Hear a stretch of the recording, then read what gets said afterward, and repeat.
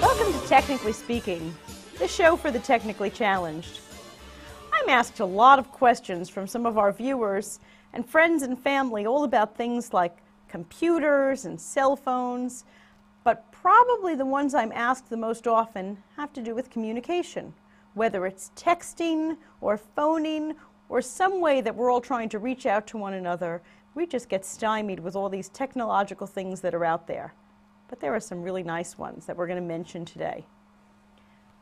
We can consider today Communication 2.0, the new way to reach out and talk to people. The first one we're going to talk about is something called Skype. Now, you may have heard of Skype before. You may have even used Skype, but we're going to talk about some of the features that you might not be familiar with Skype. But if you've never used it, let me tell you a little bit about what Skype is. Skype is a program that's available for free to all computer users. It's also available for cell phones or tablets, iPads, things like that. With Skype, you can make video phone calls from one user to another. Actually sit in front of your computer and see the people that you're talking to. Well, I don't know, just a couple of years ago, the thought of that was just unbelievable. But that's something that we can do today. As I mentioned, Skype is free. Now, as we go through the steps, there are options to pay for Skype if you wanted more features, but all the ones we're going to be talking about today are free. Being able to make a phone call from your computer to a friend or a family member, they can be anywhere in the world as long as they've also signed up for Skype. So the first thing we're going to do is go to Skype.com. I have it here on the screen. Skype is SKYPE.com. Just go there on your browser and you're going to click to download it. So let me find here Skype for Mac. I happen to be using a Mac computer, so they knew that. And I'm going to click to download the program now. As I mentioned, there are free versions here, and there's also the premium package. We don't really need the premium package to be able to call from user to user, so I'm going to download Skype here. Once I've clicked on that, I'm simply following the prompts in my computer as to what I should do next. Here it is. You've chose to open Skype, and I'm going to hit Save File. And there it is, downloading. It's going to take a couple of minutes. Once Skype has downloaded, you don't actually have to go onto the internet again. Of course, your computer does need to be connected to the internet via Wi-Fi, or if you have a network connection or a router. Obviously, we can't be making calls halfway around the world without being connected to the internet. But you don't actually go on the internet. So let me block out of the internet here. Once Skype has downloaded to your computer, you'll see a Skype icon. There's mine now. So I don't actually go to the internet, but I launch the Skype icon. Just going to quit all these other things. And it says, "Welcome to Skype." They ask me for my name and my password. If this is my first time on Skype, I would come here to create a new account, and I could fill in my name, my email address, and a password. Again, it's not costing me anything, but you do want to write down what your name and your password are. Since I already have an account, I'm going to come over to this screen and fill in my name. So there's my Skype name and password, and sign in.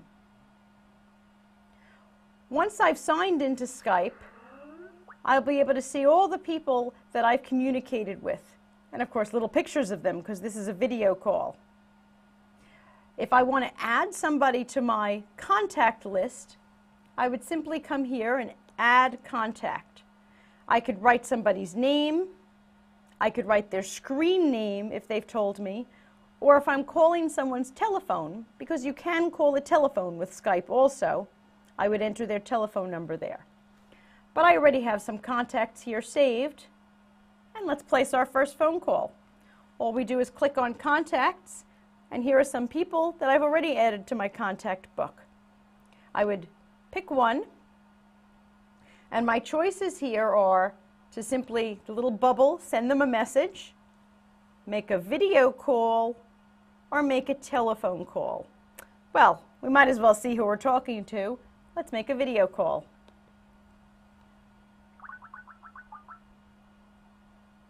Once it's connected, we'll be talking to my son, JK. Hello? Hello. Hi, how are you? I'm good. How are you? Good. Do you know you're on Technically Speaking? I'm on Technically Speaking. You want to say hello to all of our viewers? Hello, viewers. Well, that was easy, wasn't it? From Yeah. signing up and downloading to actually talking to someone, I think it was in under 3 minutes. We can even add people to our conversation too. We have some options up here. But before we add anybody, this is a cute option. I can send files to this person right now. So if I was talking to JK and I needed to send him some documents or pictures, I could do it through Skype. I could also send contacts, as if he were asking for someone's phone number, or share my screen. If I click to share my screen, he'll actually see what's on my computer screen. JK, can you click that share screen button so we can see what it looks like? Sure, you just press plus, hit share screens. Okay. You hit start. And let's see what it looks like. And there you Oh, look at that. You're drawing some pictures on your screen, huh? trying to make Kirby. I could even help him with his homework, even if I were away on a business trip or something. So instead of seeing my son now, I'm seeing his screen. You could put it back on your face now, thanks. Welcome. Next thing we're going to do is add somebody to this conversation.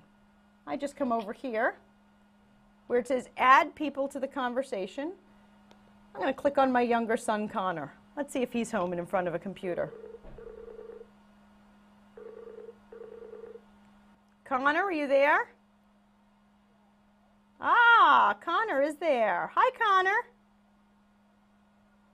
You want to wave to all of our Technically Speaking viewers? Yep, you're on Technically Speaking. We can add as many people to this conversation as we want. We could run a poker game. I've even seen my daughter, who's in high school, working with some of her friends on a science project. They pull up all the pictures, and they can work on homework together.